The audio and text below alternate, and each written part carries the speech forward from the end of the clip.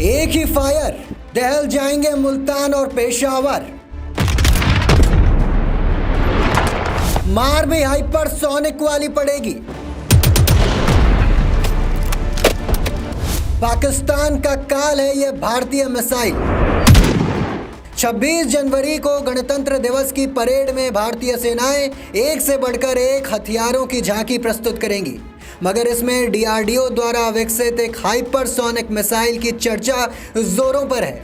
26 जनवरी को कर्तव्य पथ पर एक ऐसा हथियार गरजने वाला है जिसकी झलक भर से दुश्मन देशों के खेमों में खलबली मचनी तय है।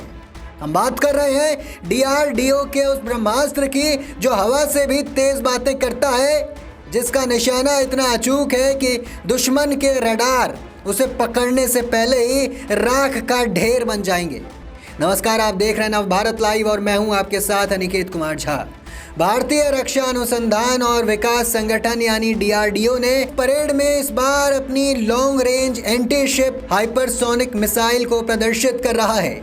इस मिसाइल की खासियत यह है कि यह मिसाइल न केवल समंदर में दुश्मन के जहाज़ों को डुबोने की ताकत रखती है, बल्कि इसकी टेक्नोलॉजी इसे ज़मीनी लक्ष्यों के लिए भी उतना ही घातक बनाती है। भारत की इस नई मिसाइल की मारक क्षमता और इसकी रेंज इतनी घातक है कि भारत की सीमाओं के भीतर ही ये दुश्मन के सबसे सुरक्षित ठिकानों को पलक झपकते ही मिट्टी में मिला सकती है। इसकी 1500 किलोमीटर की अचूक मार भारतीय समुद्री तटों से अरब सागर और बंगाल की खाड़ी में किसी भी बड़े युद्धपोत या एयरक्राफ्ट कैरियर को तबाह करने के लिए काफ़ी है। वहीं इसकी रेंज पाकिस्तान के मुल्तान और पेशावर जैसे शहरों के साथ साथ चीन के कई प्रमुख हिस्सों को भी अपनी जद में लेने में सक्षम है। रक्षा विशेषज्ञों की माने तो इसकी ताकत में अभी और भी इजाफा किया जाएगा। वैज्ञानिक उसकी रेंज बढ़ाने में लगे हैं। इसके एडवांस वेरिएंट्स की रेंज को बढ़ाकर 3000 से 3500 किलोमीटर तक करने पर काम चल रहा है, जिससे भारत की डिटरेंस क्षमता और भी मजबूत हो जाएगी।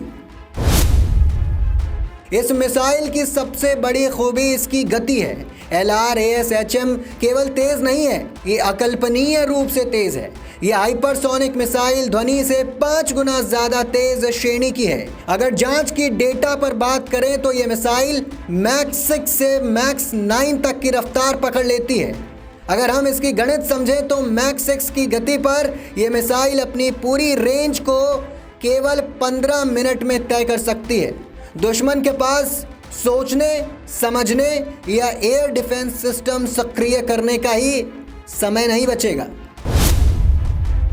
पारंपरिक बैलिस्टिक मिसाइलें एक तय पैराबोलिक पाथ पर चलती हैं, जिससे रडार के लिए उनका अनुमान लगाना आसान होता है।